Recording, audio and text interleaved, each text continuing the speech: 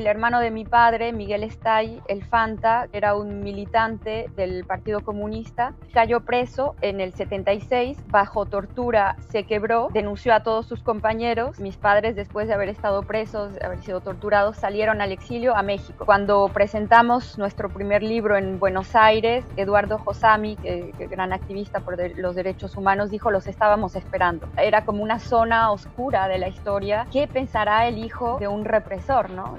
El hijo, la hija, el nieto, la nieta. Si ellos no pudieron desobedecer, nosotros, como descendientes, desobedecemos. Bienvenidos a La Hora del Museo, el podcast del Museo Histórico Nacional. Identidad, cultura, patrimonio y más. Soy Rocío Muñoz y te invito a un encuentro diario con la historia y sus protagonistas.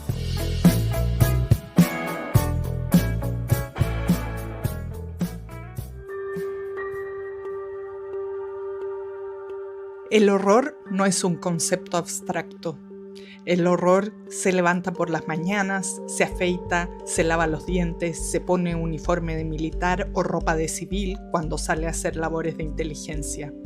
Se pone las botas o los zapatos, vuelve a la casa por la noche, saluda a su esposa y a sus hijos, se sienta a la mesa, les da un beso a los niños antes de irse a acostar. El horror tiene un rostro, tiene nombre y apellido. Un día descubrimos que ese rostro, ese nombre y ese apellido eran los de nuestros familiares. Descubrimos que ese rostro era el de nuestro padre, nuestro abuelo, nuestro tío. Y que ese apellido, en muchos casos, era el nuestro también. ¡Qué vergüenza! Eso es lo primero que cada uno de nosotros pensó, sintió. Estas son algunas de las líneas del libro Antología Desobediente, desarrollado por el colectivo Historias Desobedientes, familiares de genocidas por la memoria, la verdad y la justicia.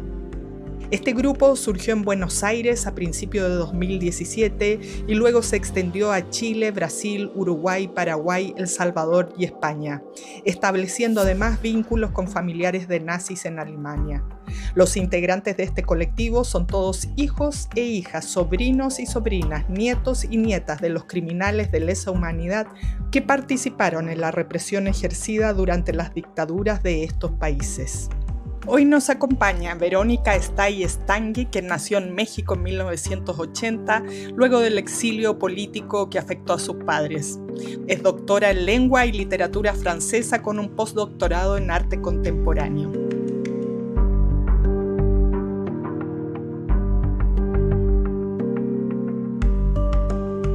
Bienvenida, Verónica, qué gusto que nos acompañes aquí en este programa del Museo Histórico Nacional. Gracias por aceptar esta invitación. Muchas gracias a ti, Rocío. Gracias, y a todos los que nos escuchan. Verónica, tengo aquí en mis manos el libro Antología Desobediente, que tiene una bajada este libro, que dice Familiares de genocidas por la memoria, la verdad y la justicia. Tú eres la editora y compiladora de los escritos que están aquí en este libro, que justamente pertenecen a estos familiares.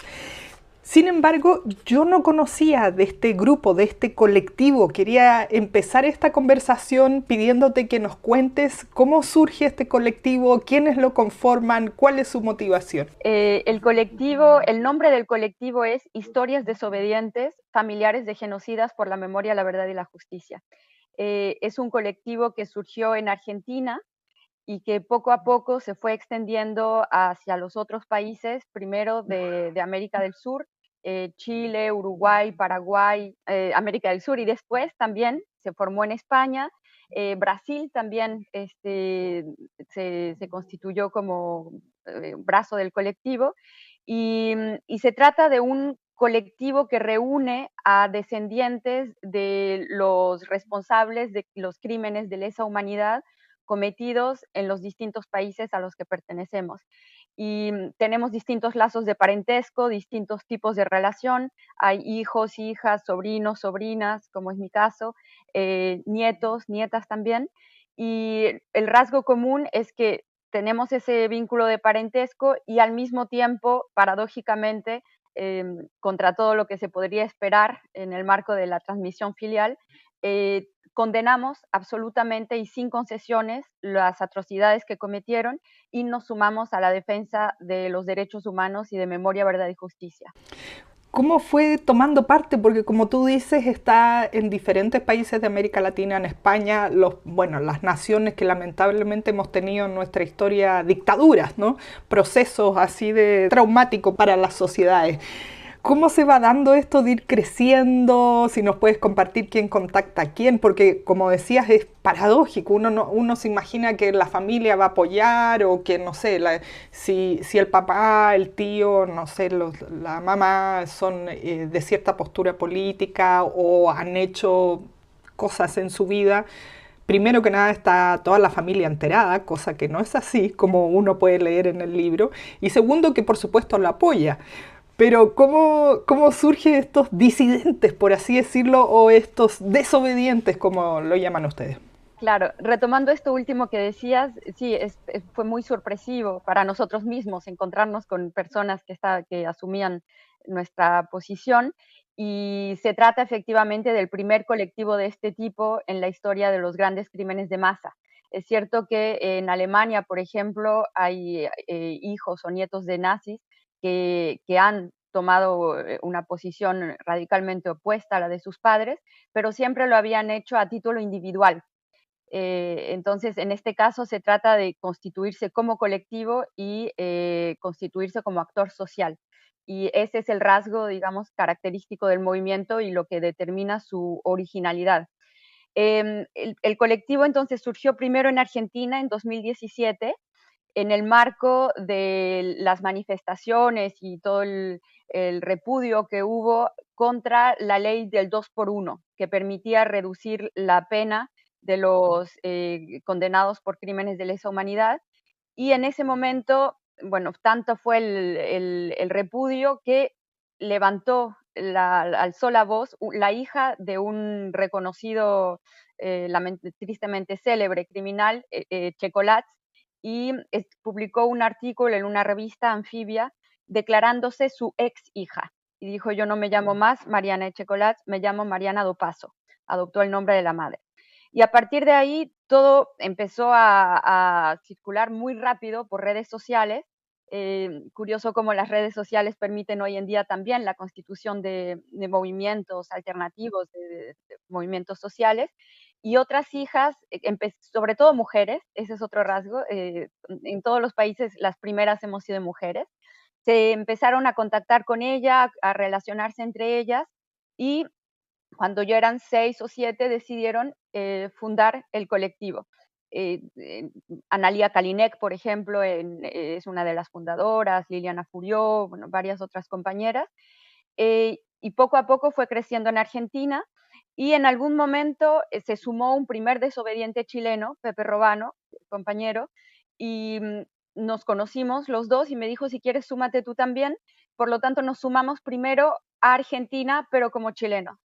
Y poco a poco, también por redes sociales, se fueron contactando con nosotros otros descendientes de criminales de lesa humanidad chilenos. Y lo mismo, cuando éramos 5 o 6, decidimos fundar el brazo chileno del movimiento. Esto fue en 2019. Y el mismo proceso se ha vivido en los distintos países.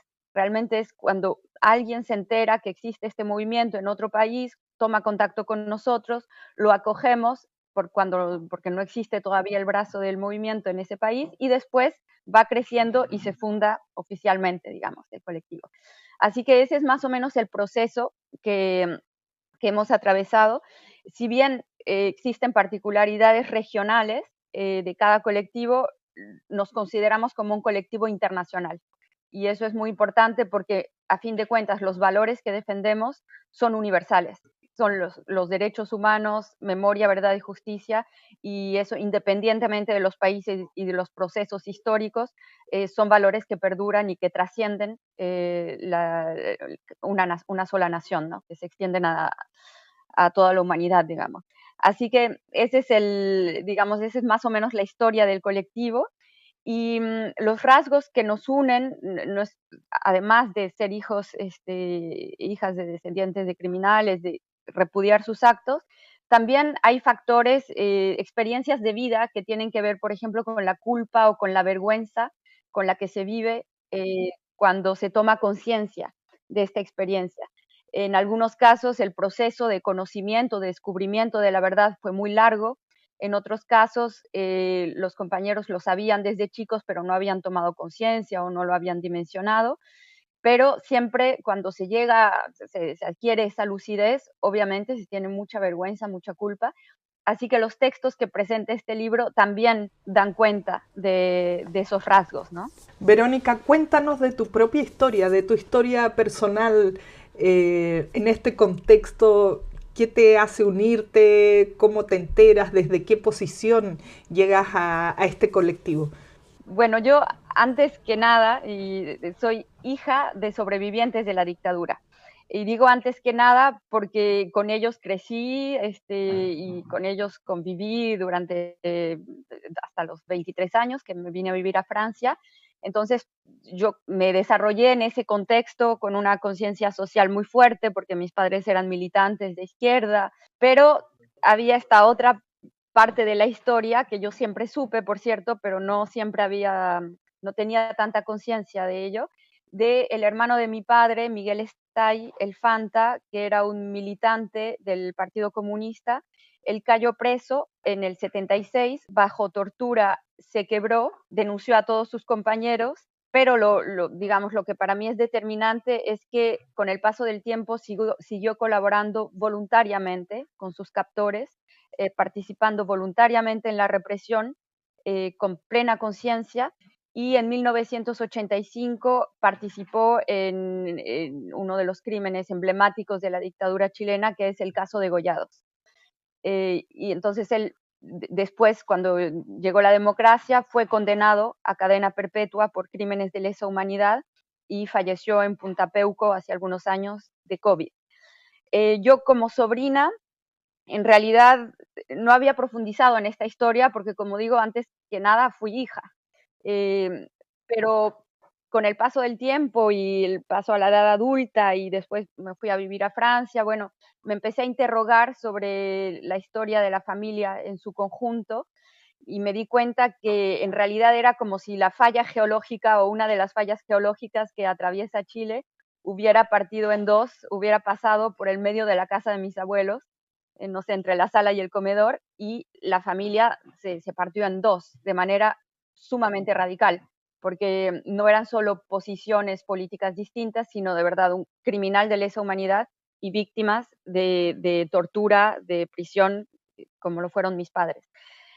Así que tomé conciencia de esa historia, de lo que había implicado también para la historia de la dictadura el caso de Gollados, de lo que representaba la figura del Fanta, y me di cuenta también que para muchas personas, por lo menos en el ámbito donde yo me desenvuelvo, que es el de la militancia, ideas políticas de izquierda, qué sé yo, en Chile, para muchas personas yo era más sobrina que hija.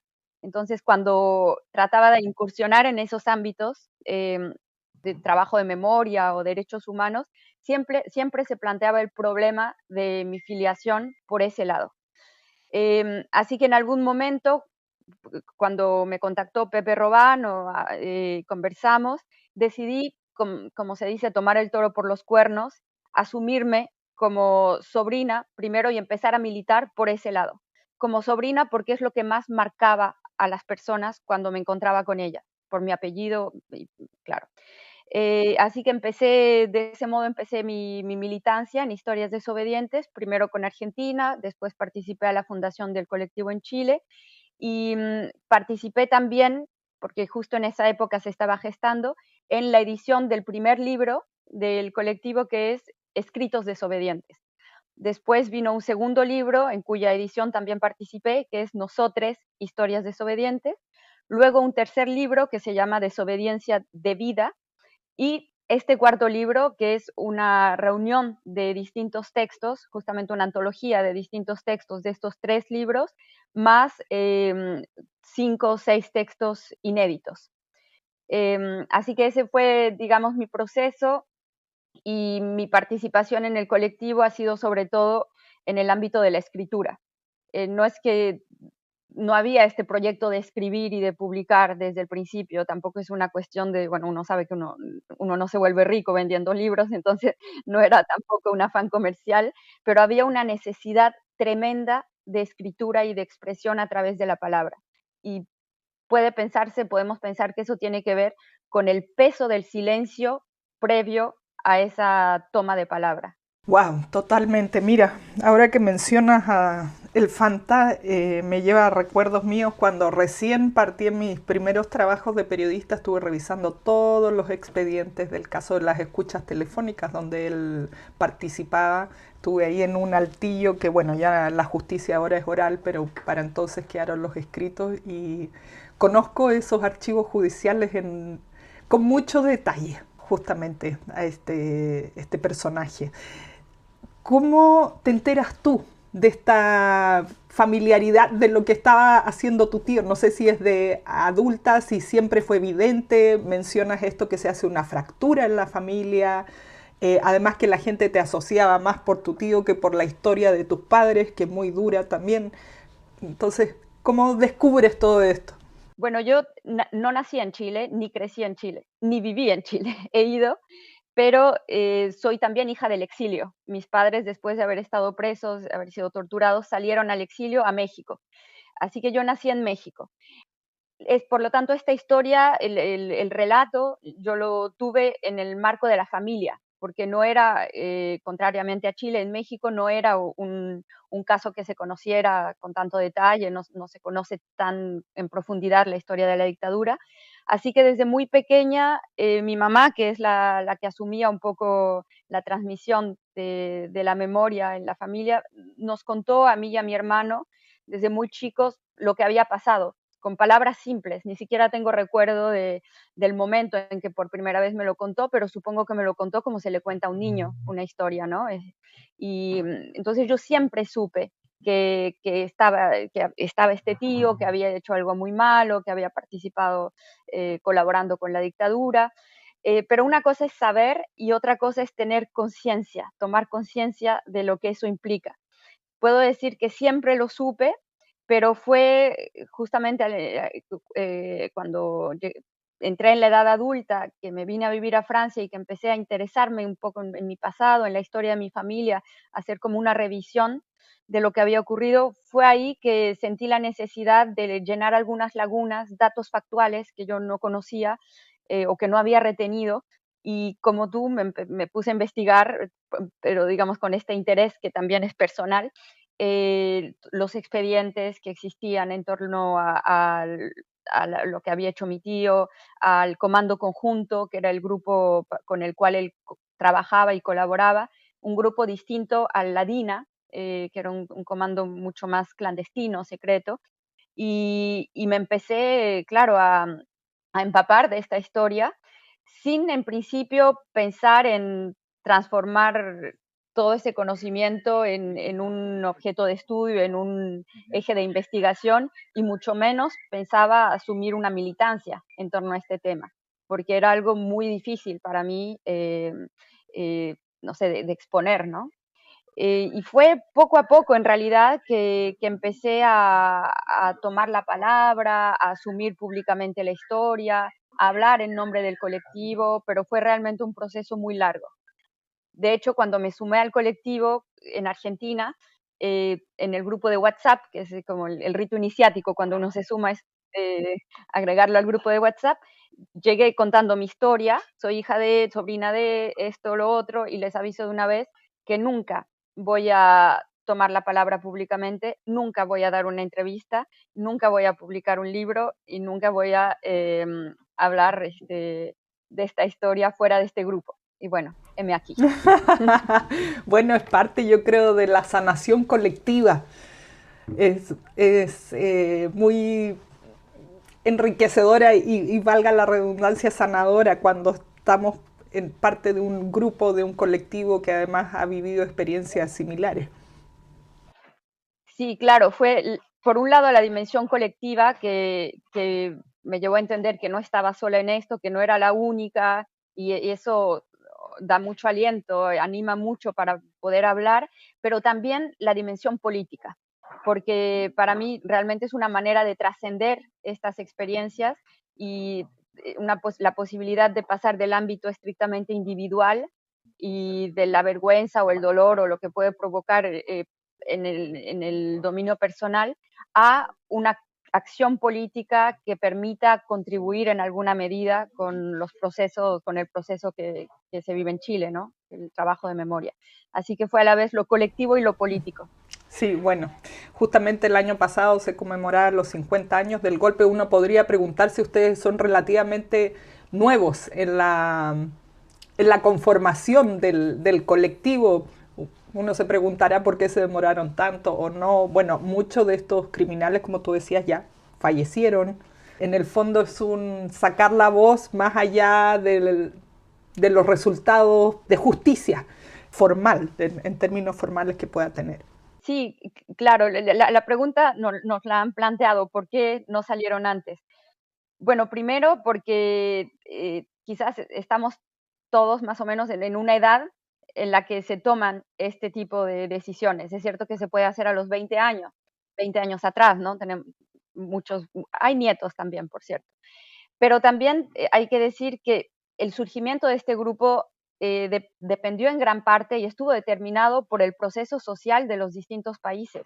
Entonces, hizo falta tiempo para que el trabajo llevado a cabo por las agrupaciones, por la sociedad civil, pero también por el Estado, aunque en Chile no queda mucho por hacer, pero para que, por ejemplo, hubiera juicios, se sancionaran públicamente estos crímenes, y todo eso es lo que le permite a los desobedientes, a los familiares de genocidas, tomar conciencia de lo que ocurrió. Y sin esos procesos es prácticamente imposible, así que le debemos mucho a la sociedad, pero hacía falta tiempo para el proceso personal y para el proceso social. Pero retomando lo otro que decía, sí, es un actor sorpresivo, muy sorprendente en el campo de los derechos humanos. Cuando presentamos nuestro primer libro en Buenos Aires, Eduardo Josami, gran activista por los derechos humanos, dijo: los estábamos esperando. Pero en realidad era una espera desesperanzada, ¿no? Porque esta era como una zona oscura de la historia. ¿Qué pensará el hijo de un represor, ¿no? El hijo, la hija, el nieto, la nieta. Y así que bueno, vinimos un poco tarde, sí, a tratar de llenar esa laguna, pero con la energía que hacía falta. No, totalmente, y esa es la idea de poder conversar contigo, que nos cuentes de parte de este colectivo, porque es ese pedazo de la historia que nos faltaba. Siempre tenemos sobre todo acceso a la historia formal, a los archivos y por supuesto a las voces que están en el poder, que tienen más llegada. Entonces esto es una parte muy importante de contar de nuestra historia. Vamos a estos textos, a esas personas que escriben, que comparten sus dolores, que comparten su vergüenza, como tú decías, sus propias historias. Cuéntanos de este libro que es antología. ¿Participan todos los países donde hay el colectivo? ¿Solo algunos? ¿Hay mayor representación? Obviamente la idea no es spoilear el libro, pero para que nos hagamos así como un panorama. Sí, el libro contiene textos de los integrantes de los distintos países en los que se ha instaurado el colectivo. Em, no todos los desobedientes han participado porque hoy en día somos alrededor de 80, quizás 100, contando todos los países. Por lo tanto, hay solo 30 autores. Hay 7 desobedientes chilenos. De Argentina tenemos 8 desobedientes, Uruguay una, Paraguay una, El Salvador una, Brasil un texto colectivo, España una desobediente. Y también, esta es una especificidad del libro en relación con los anteriores, tenemos 4 textos de descendientes de nazis en Alemania. Entonces, eso también confirma el carácter internacional del colectivo, porque, claro, también en el ámbito político me interesa decir que tenemos 2 consignas muy claras. No somos víctimas, porque no se trata de venir a usurpar el lugar de las víctimas. Si bien algunos pueden haber tenido padres violentos, obviamente hay un sufrimiento que acompaña esta historia, pero no es ese nuestro lugar. Y no nos reconciliamos, para que tampoco, digo, se tome como una tentativa de reconciliación como lo ha hecho, como pretendía la derecha con esta palabra, ¿no?, tan maltratada. Así que bueno, el hecho de que participen en este libro autores de los distintos países confirma el carácter internacional y consolida esta organización. El libro está dividido en 3 partes. La primera es ¿quiénes somos? Esa es la parte que contiene los textos de orden más político, son la declaración de principios de Historias Desobedientes Internacional, de Historias Desobedientes Chile, Argentina, Uruguay, Brasil. La segunda parte contiene textos individuales, es decir, relatos de vida. Son textos de corte testimonial, que dan cuenta justamente de los procesos que cada cual ha vivido, de la manera en que se enteró o descubrió lo que había ocurrido. Bueno, son textos interesantes para analizar desde otro punto de vista, ¿no? Por ejemplo, la psicología de los descendientes de perpetradores, los rasgos que los caracterizan en el plano individual. Y la tercera parte lleva por título Reflexiones desde y sobre la desobediencia. Son textos no testimoniales, sino más bien textos justamente de reflexión un poco más teórica, también orientándose hacia una filosofía ética, si se quiere, escritos por desobedientes, pero también por personas interesadas en el trabajo del colectivo, militantes e investigadores. Entre los militantes, bueno, tuvimos el honor de contar con un texto de Nora Cortiñas. Eh, Tenemos también un texto de un periodista muy comprometido, Uki Goñi, un abogado de derechos humanos, Pablo Yonto, y como académicos está Daniel Ferestein, Adriana Taboada, que es psicoanalista, Ana Berecín. Entonces, bueno, son distintas personas. Tenemos también a Florencia Cataldo, que ha analizado el funcionamiento del colectivo desde una perspectiva sociológica. Así que son distintas miradas en torno a este actor político que a nosotros mismos nos han permitido orientar y definir nuestros objetivos, ¿no?, en función de la manera en que somos percibidos desde afuera.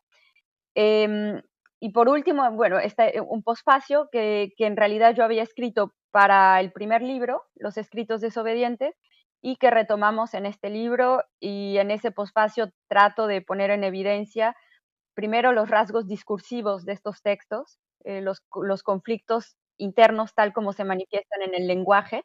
Por ejemplo, el querer saber pero no poder saber, el querer decir pero no deber, todos estos conflictos que se expresan de una u otra manera a través de los textos.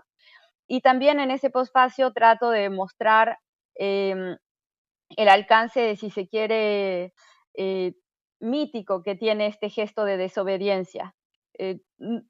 Digo, porque desobedecer a la ley del padre, rebelarse contra el padre, remite a textos fundamentales, fundantes de nuestra cultura, el mito de Edipo, Antígona, también es ir contra ciertos mandatos de la Biblia, honrarás a tu padre y madre, contra también representaciones culturales que se cristalizan en expresiones como de tal palo tal astilla. Entonces, bueno, trato de mostrar todo lo que implica desde el punto de vista del imaginario social. Por supuesto, salirse del clan de alguna manera. Exacto, sí. Por eso el nombre del colectivo, por cierto, Desobediente. La desobediencia es contra la ley del silencio, la ley del padre, y más específicamente contra este principio de obediencia debida que permitía en Argentina a los represores escudarse detrás del pretexto de que yo no, lo único que hice fue obedecer órdenes. Entonces, si ellos no pudieron desobedecer, nosotros, como descendientes, desobedecemos. Wow, qué potente esto último, totalmente, totalmente. Hay aquí también en la tercera parte del libro un escrito tuyo que se llama Hablan los hijos de Eichmann. Va como a, no específicamente a tu historia personal, sino como tú decías, va como a estas reflexiones en torno a estas situaciones. Entonces quería que nos compartieras un poco más de este texto. Claro que sí, esos dos textos que son, digamos, esta introducción que yo presento es para presentar dos textos escritos por desobedientes. que se insertan en el marco de las reflexiones desde y sobre la desobediencia. Y en realidad los dos textos que presento son cartas a Gunther Anders.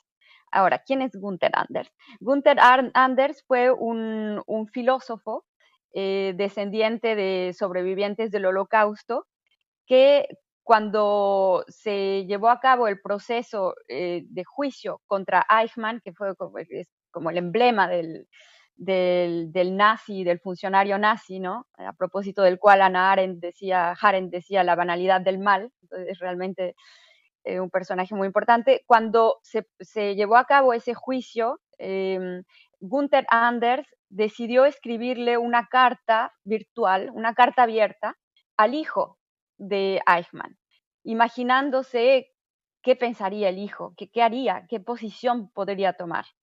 Y en esa carta, que obviamente no está basada en un corpus real, por lo tanto, parte de una ética bastante universal y no se puede representar, es muy difícil representarse concretamente cómo es el hijo de un criminal, como ese además. Entonces le dice, usted está en la obligación de disociarse de su origen, usted tiene que sumarse a nuestras reivindicaciones, no tiene derecho a llorar a su padre, no tiene derecho a sentir compasión ni respeto por él, tiene que sumarse por ética, por humanidad a nuestras demandas.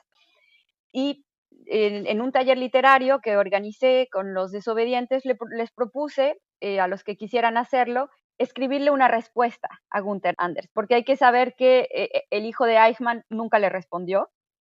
Eh, entonces les dije, hagamos como si esta fuera una respuesta diferida en el tiempo.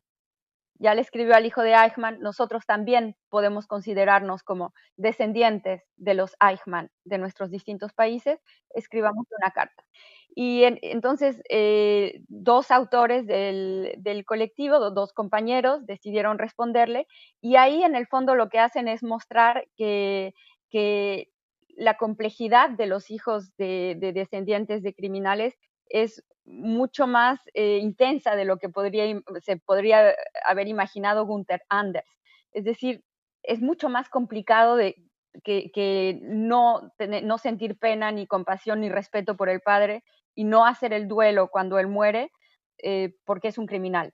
No, lo que hay que poner en evidencia es que implica un desgarro muy profundo y que en muchos casos se puede querer al padre y al mismo tiempo condenar absolutamente y sin concesiones sus crímenes.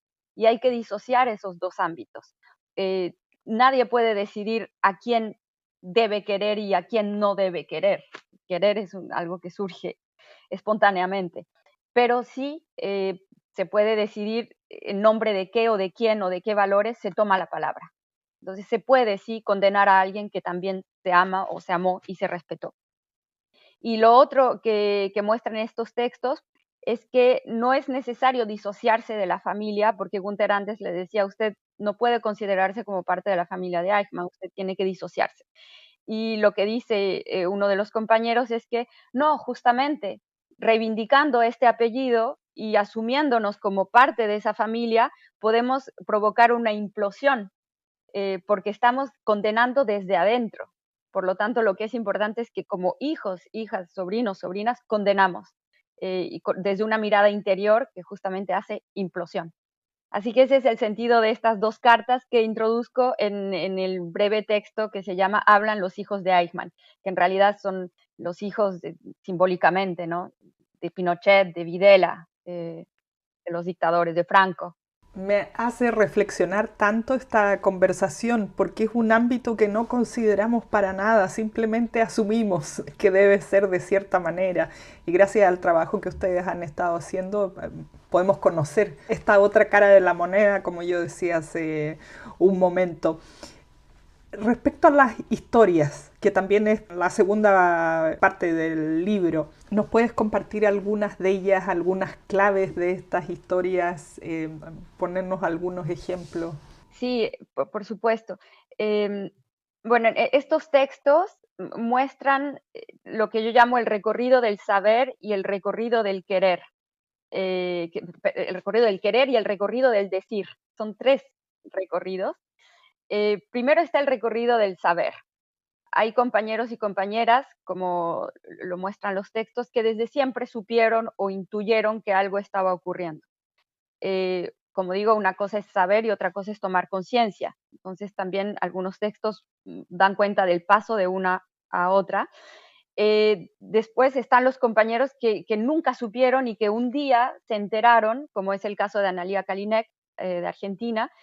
Un día, gracias a los juicios y a la condena de su padre en Argentina, se enteró de que había cometido crímenes de lesa humanidad y empezó a cuestionarse al respecto. Y ahí interviene el conflicto del que hablaba en torno al creer y al saber, es decir, eh, saber pero no poder creer o no querer creer o intuir pero no querer saber. Entonces es todo un desgarro interno, una contradicción interna que idealmente debe conducir a la lucidez, pero digo, no todo el mundo se vuelve desobediente y no todos los hijos de criminales llegan hasta ese punto, un proceso realmente personal.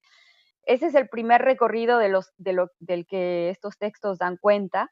Después, en estos testimonios también se ve el recorrido del decir, cómo al principio era imposible poner esto en palabras. Había un peso, el peso de la vergüenza, el silencio, el pacto de silencio, que no solo es un pacto del Estado, sino también se extiende al interior de las familias. Entonces, cómo había quizás querer decir, pero no poder decir, o poder decir, pero no deber decir, todo lo que tiene que ver, por lo tanto, con el motivo del secreto.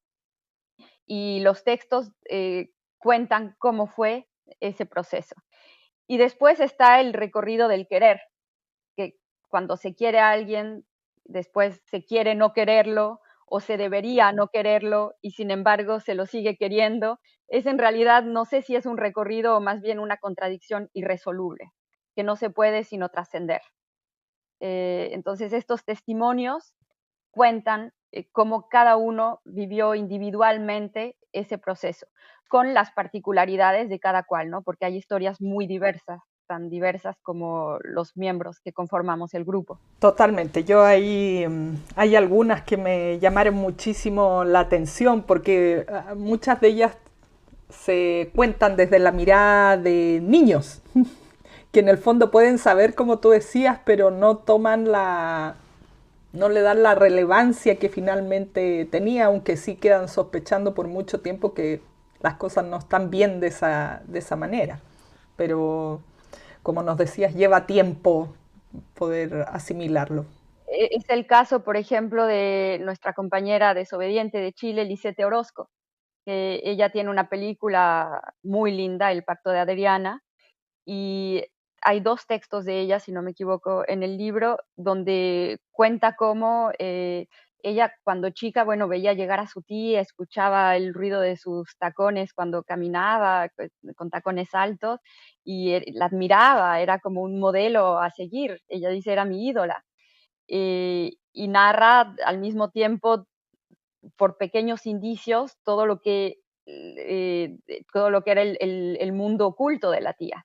Entonces, y cómo ella lo percibía a esa edad en la que no se tiene mucha conciencia. Así que, claro, son textos que, en mi opinión, tienen un valor eh, para la reflexión, permiten reflexionar. Entonces, un valor en varios ámbitos, para historiadores, para psicólogos, y por supuesto, espero, así lo esperamos, algún valor en el ámbito de la memoria.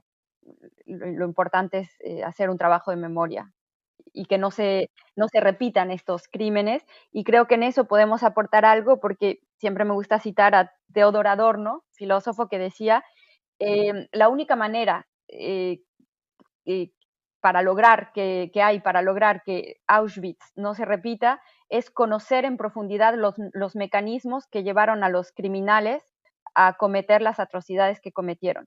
Dice, no sacamos nada con interrogarnos sobre el origen del mal a través de las víctimas, porque ellas lo padecieron, sino que tenemos que internarnos casi en la psicología de los perpetradores. Y bueno, como el acceso a los perpetradores es muy difícil, porque mienten simplemente, creo que a través de sus hijos e hijas se puede acceder a esos mecanismos para idealmente prevenirlos en el futuro.